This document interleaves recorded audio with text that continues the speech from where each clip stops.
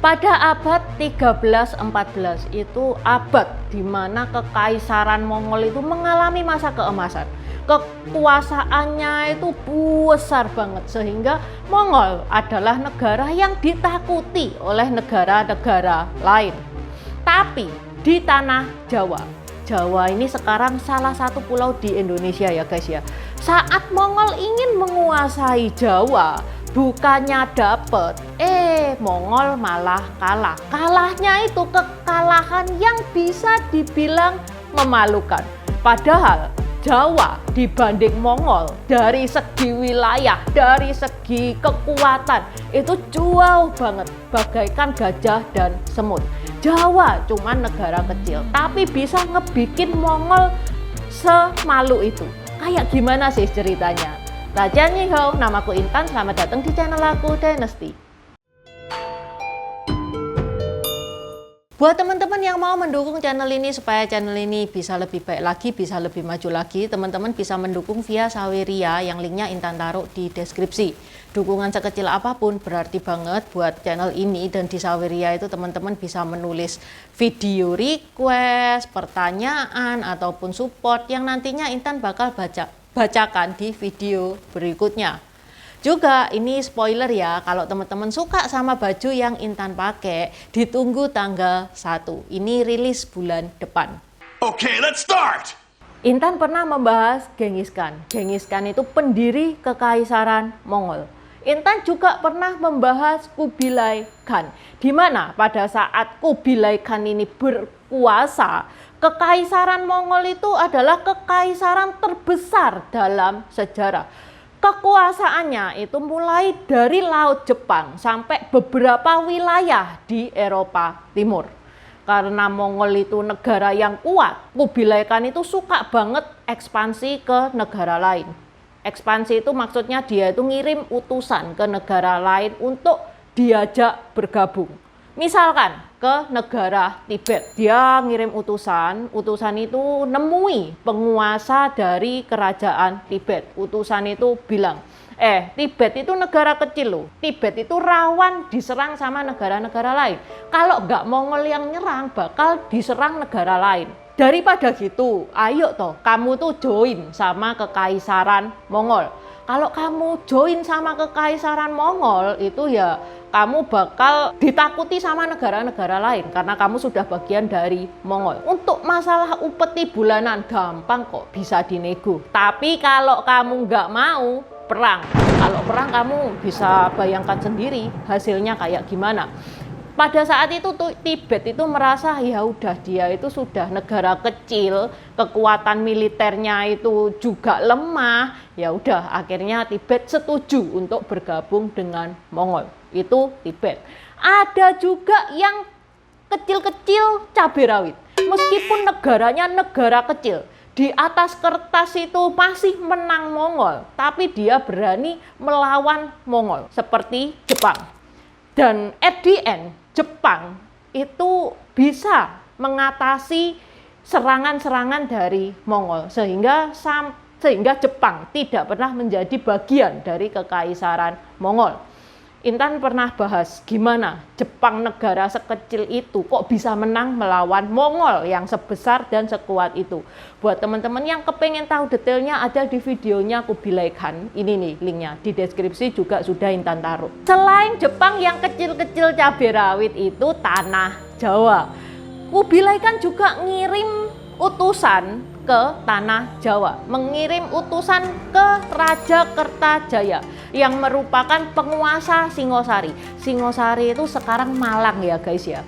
Seperti biasa utusannya itu bilang ke Raja Kertajaya, ayo gabung sama kekaisaran Mongol, ayo tunduk sama kekaisaran Mongol, menjadi satu sama kekaisaran Mongol.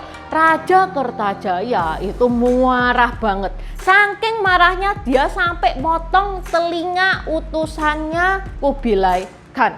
Kubilai Khan tahu hal ini, dia marah banget dong. Loh ini penghinaan loh, ini ngawur itu Raja Kertajaya. Masa utusan itu dianiaya kayak gitu sampai telinganya dipotong seperti itu. Sabar bro, nanti tak baleskan dendammu. Tunggu dulu. Pada saat itu Kubilai Khan itu baru saja menguasai dinasti Song. Dinasti Song itu sekarang Tiongkok. Dia juga baru saja kalah dari Jepang dan Vietnam. Jadi Kubilai Khan itu tidak bisa serta-merta langsung nyerang Jawa, itu nggak bisa. Kubilai Khan mau menghimpun kekuatan dulu. Saat Kubilai Khan itu rehat, dia mau mengumpulkan kekuatannya untuk menyerang Jawa. Intan balik ke Jawa. Di Jawa ada perseteruan antara Raja Kertajaya sama Raja Jaya Katuang. Raja Jaya Katuang itu dia itu pemimpin kerajaan Daha. Kerajaan Daha itu sekarang Kediri ya guys ya. Nah, yang menang Raja Jaya Katuang. Raja Kertajaya tewas di tangan Raja Jaya Katuang. Karena memang Raja Kertajaya itu sudah tewas, daerah Singosari otomatis menjadi milik Raja Jaya Katuang. Raden Wijaya yang merupakan mantunya Raja Kertajaya, dia melarikan diri dong, dia pasti dikejar-kejar. Soalnya kalau penguasa itu ngebunuh penguasa, yang dibunuh itu ya seluruh anggota keluarganya. Raden Wijaya melarikan diri ke Madura. Dia minta tolong dengan penguasa Sumenep, yaitu Arya Wiraraja.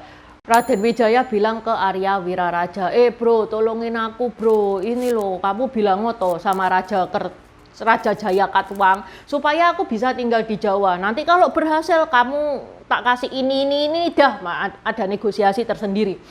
Arya Wiraraja setuju. Arya Wiraraja menemui Raja Jaya Katuang untuk negosiasi damai. Akhirnya Raja Jaya Katuang itu memutuskan, oke, nggak apa-apa Raden Wijaya tinggal di Jawa, nggak apa-apa. Tapi Raden Wijaya itu harus tinggal di hutan tarik. Ya udah, Raden Wijaya akhirnya tinggal di hutan tarik. Tapi Raden Wijaya ini berhasil mengumpulkan supporter. Dia mendirikan desa di hutan tarik tersebut. Di hutan tarik itu Raden Wijaya ini menemukan buah maja. Buah maja itu rasanya pahit. Makanya desanya itu kemudian dikasih nama Desa Majapahit. Di mana Raden Wijaya adalah pemimpin dari Desa Majapahit. Intan balik lagi ke Mongol. Mongol apa lupa sama kejadian telinga utusan yang dipotong itu? Enggak. Mongol masih inget banget dan Mongol masih kepengen balas dendam. Itu terwujud di tahun 1293 saat dirasa Mongol itu sudah siap perang, sudah kuat. Mongol pergi ke Jawa dengan 20.000 pasukan.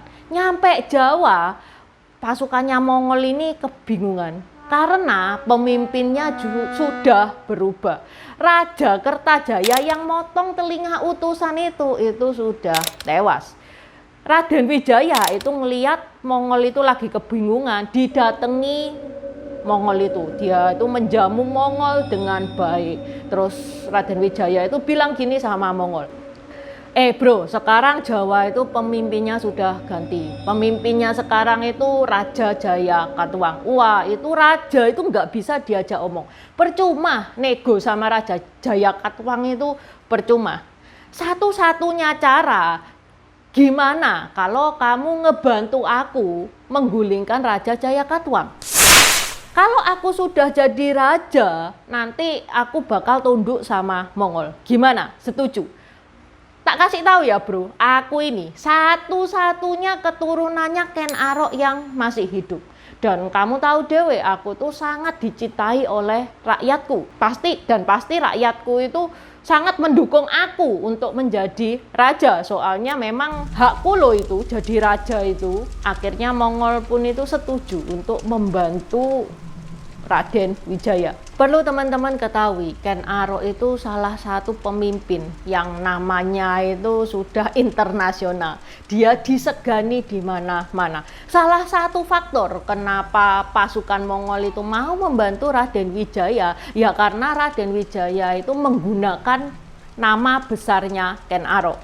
Diseranglah Raja Jaya Katuang dengan bantuan Mongol, sehingga kerajaan Daha runtuh. Raden Wijaya kemudian mendirikan kerajaan yang dinamai Kerajaan Majapahit. Karena sudah berhasil nih ya, dia jadi raja nih ya, Raden Wijaya itu mengadakan pesta kemenangan, pesta besar-besaran. Mongol dijamu dengan baik, dikasih arak-arak terbaik. Ternyata pesta ini jebakan Raden Wijaya. Di tengah tentara Mongol itu mabuk, mereka diserang. Kaget dong tentara Mongol karena mereka dalam posisi mabuk, posisi yang gak siap perang. Tentara Mongol akhirnya lari terbirit-birit menuju ke pantai Ujung Galuh. Lah kenapa kok lari ke pantai Ujung Galuh? Karena itu adalah pantai di mana kapal-kapal mereka berlabuh. Di pantai Ujung Galuh pun Mongol itu sudah dihadang sama pasukannya Raden Wijaya. Insiden ini menewaskan 3.000 pasukan Mongol. Sisanya lari terbirit-birit kembali ke negaranya sendiri, yaitu ke Mongol. Wah, Kubilai Khan mengetahui hal ini, dia marah banget. Lah wong dikasih pasukan banyak, bukannya pulang bawa kemenangan, malah pulang secara memalukan. Padahal Jawa itu cuma negara yang kecil. Di sisi lain, Raden Wijaya itu mulai membesarkan kerajaan Majapahit. Pas tentara Mongol itu datang, tentara Mongol itu mengenalkan Bubuk Mesiu kepada Raden Wijaya. Dari Bubuk Mesiu itu, kerajaan Majapahit berhasil menjadi kerajaan maritim yang kuat, yang mengendalikan sebagian besar wilayah Nusantara. Tahun berikutnya, di tahun 1294, Kubilai Khan meninggal, digantikan oleh Temur Khan. Beda sama Kubilai Khan. Temur Khan ini dia nggak ekspansi kayak gitu, dia malah make peace dengan negara-negara tetangga. Seneng dong Raden Wijaya, tidak ada ancaman dari Mongol lagi. Majapahit bisa membesarkan kekuasaannya sampai menjangkau pulau-pulau di luar Jawa seperti Sumatera, Sulawesi, Kalimantan, Kepulauan Nusa Tenggara, Papua, Maluku, Tumasik yang sekarang Singapura, dan sebagian kepulauan Filipina. Besar banget ya guys ya kekuasaan kerajaan Majapahit ini. Kerajaan Majapahit ini memang cuetar banget deh. Oke, sampai di sini dulu bahasan Intan hari ini. Buat teman-teman yang mau diskusi, nambah-nambahin seperti biasa, silakan coret-coret di kolom komentar. Buat subscriber baru, selamat datang. Terima kasih sudah menonton videonya Intan sampai habis. Intan sarankan buat teman-teman yang baru bergabung untuk nonton videonya Intan tentang pergantian dari dinasti ke dinasti. Ini nih videonya. Di deskripsi juga sudah Intan taruh, karena di video pergantian dinasti itu adalah basic dari semua videonya Intan. Itu yang pertama. Yang kedua, video pergantian dari dinasti ke dinasti ini bakal sangat membantu teman-teman kalau misalkan teman-teman itu nonton film-film Tiongkok yang kuno-kuno itu bakal sangat membantu banget, karena film-film Tiongkok itu nggak menceritakan secara jelas background kayak gimana. Terima kasih udah nonton channel ini sampai habis. Dukung aku terus berkarya dengan klik subscribe dan bunyikan lonceng di bawah ya guys.